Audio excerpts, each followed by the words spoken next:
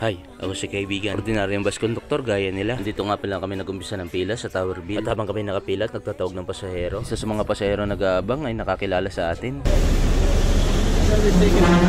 Sticker. Ay, pala lagi ako nakapalo sa'yo.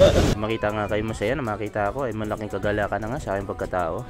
Pagkatapos na mga tanga kami, nag-umpisa na rin kaagad ako manikit. At unang-unang tinikitan ko ang pasahero, sobra na agad ang kanyang binayan. Sobra na to na lift. Sobrang lift. Kagaya nga nila bilang ordinaryong konduktor ay nararapat lang tayo maging tapat sa ating mga tungkulin. Kung paano tayo maging mapagmasid sa binabayad nilang buo ay gayon din sana tayo mapagmasid sa mga binabayad nilang barya. Sa Marilao pa. Sarap din talaga yung marami nakakilala sa iyo, hindi dahil sa katanyagan ko, hindi dahil sa mga positibong bagay. Kasi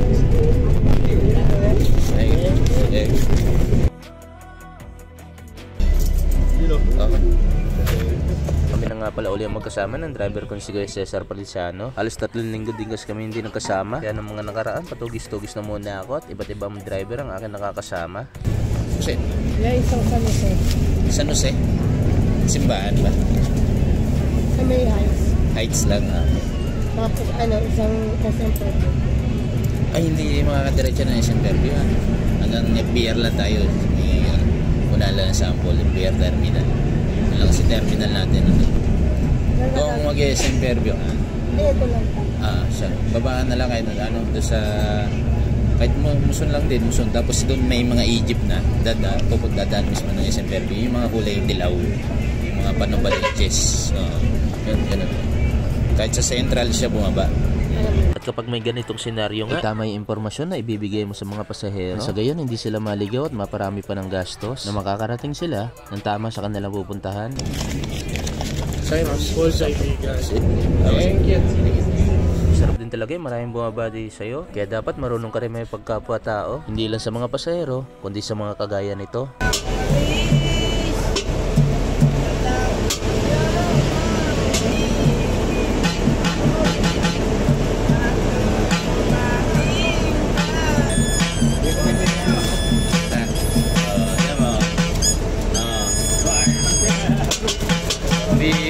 Kayong bibig. Okay, sila po. Galing eh. Sabi niya yun, Paano yung pinapaganon? Ano yun? Ganyan. yung hindi dahil sa yung sa kampana. Oo, yung pala yun. Yun pala yun. Binili ko ito, 65 din. Nagsabay-sabay ko na ito. Galing. Kaya lang yan ito.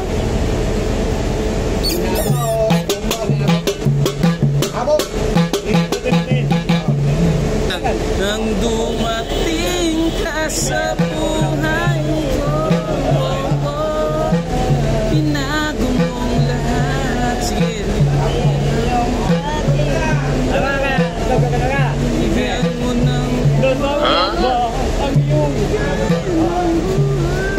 yun o? Yun o?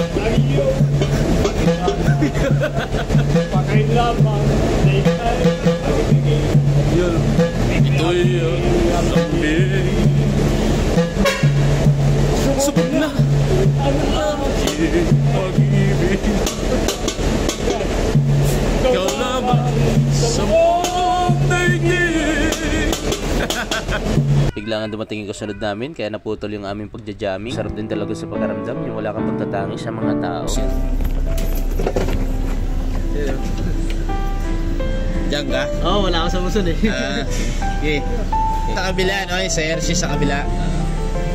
Ito na, tiyempohan. Ha? Okay. So, pagkaramdam ko eh, bumili akong gamot dito eh. Kapahinga muna ako. Kaya pwede ko ano ba eh. Papahinga lang ako. Baba muna ako dito. Pahinga muna ako. Sabi ako konti. Dito lang na kaibigan. Sige. Mukha ako ba, sir? Parang hindi naman. Follow ko yung matagal. Wait.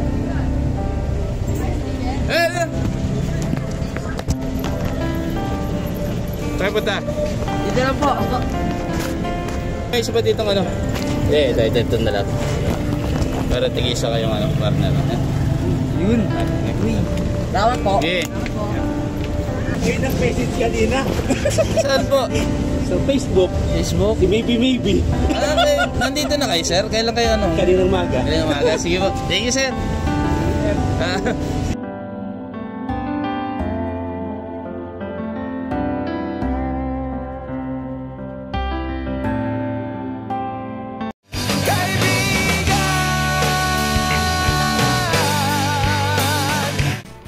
Nga pala, isa sugal i-promote ko. I-promote ko lang tong Excite Clothing. Kung gusto niyo ng quality design, print, at materials, ito na mismo ang hinahanap nyo.